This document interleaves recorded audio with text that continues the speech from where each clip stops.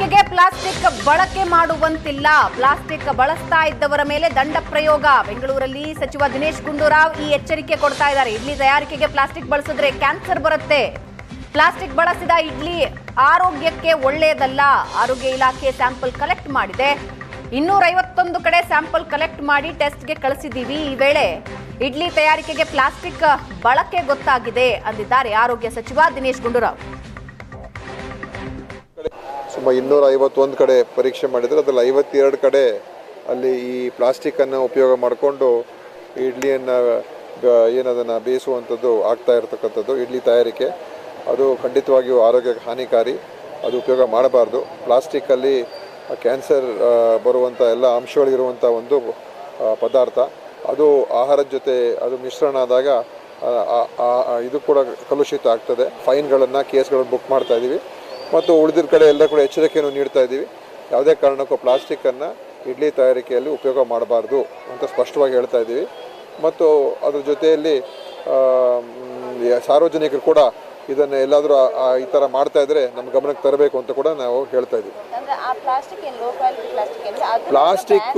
Plastic ಏನು ban ಮಾಡೋದಿಲ್ಲ. Plastic ಅದು ಬೇರೆ ವಿಷಯ.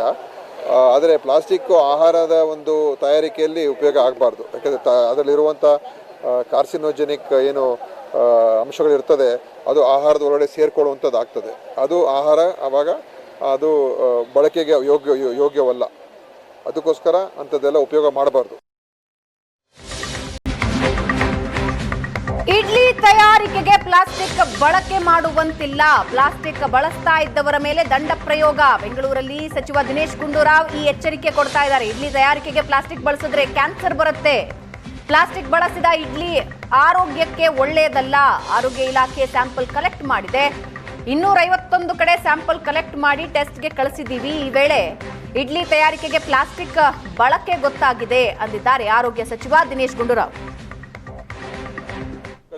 ಸುಮಾರು 251 ಕಡೆ ಪರೀಕ್ಷೆ ಮಾಡಿದರೆ ಅದರಲ್ಲಿ 52 ಕಡೆ ಅಲ್ಲಿ ಈ ಪ್ಲಾಸ್ಟಿಕ್ಕನ್ನು ಉಪಯೋಗ ಮಾಡಿಕೊಂಡು ಇಡ್ಲಿಯನ್ನು ಏನದನ್ನು ಬೇಯಿಸುವಂಥದ್ದು ಆಗ್ತಾ ಇರತಕ್ಕಂಥದ್ದು. ಇಡ್ಲಿ ತಯಾರಿಕೆ ಅದು ಖಂಡಿತವಾಗಿಯೂ ಆರೋಗ್ಯಕ್ಕೆ ಹಾನಿಕಾರಿ. ಅದು ಉಪಯೋಗ ಮಾಡಬಾರ್ದು. ಪ್ಲಾಸ್ಟಿಕ್ಕಲ್ಲಿ ಕ್ಯಾನ್ಸರ್ ಬರುವಂಥ ಎಲ್ಲ ಅಂಶಗಳಿರುವಂಥ ಒಂದು ಪದಾರ್ಥ. ಅದು ಆಹಾರದ ಜೊತೆ ಅದು ಮಿಶ್ರಣ ಆದಾಗ ಇದು ಕೂಡ ಕಲುಷಿತ ಆಗ್ತದೆ. ಫೈನ್ಗಳನ್ನು ಕೇಸ್ಗಳನ್ನು ಬುಕ್ ಮಾಡ್ತಾ ಇದ್ದೀವಿ ಮತ್ತು ಉಳಿದಿದ್ದ ಕಡೆ ಎಲ್ಲ ಕೂಡ ಎಚ್ಚರಿಕೆಯನ್ನು ನೀಡ್ತಾ ಇದ್ದೀವಿ.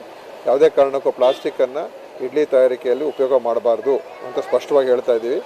ಮತ್ತು ಅದ್ರ ಜೊತೆಯಲ್ಲಿ ಸಾರ್ವಜನಿಕರು ಕೂಡ ಇದನ್ನು ಎಲ್ಲಾದರೂ ಈ ಥರ ಮಾಡ್ತಾ ಇದ್ರೆ ನಮ್ಮ ಗಮನಕ್ಕೆ ತರಬೇಕು ಅಂತ ಕೂಡ ನಾವು ಹೇಳ್ತಾ ಇದ್ದೀವಿ.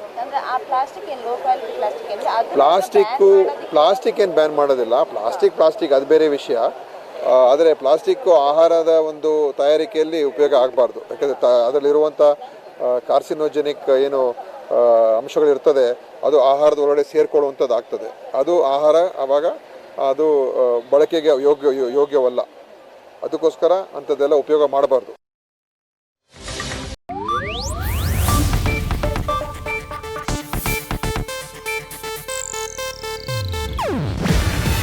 ಇದು ಏಷ್ಯಾನೆಟ್ ನ್ಯೂಸ್ ನೆಟ್ವರ್ಕ್ ಪ್ರಸ್ತುತಿ.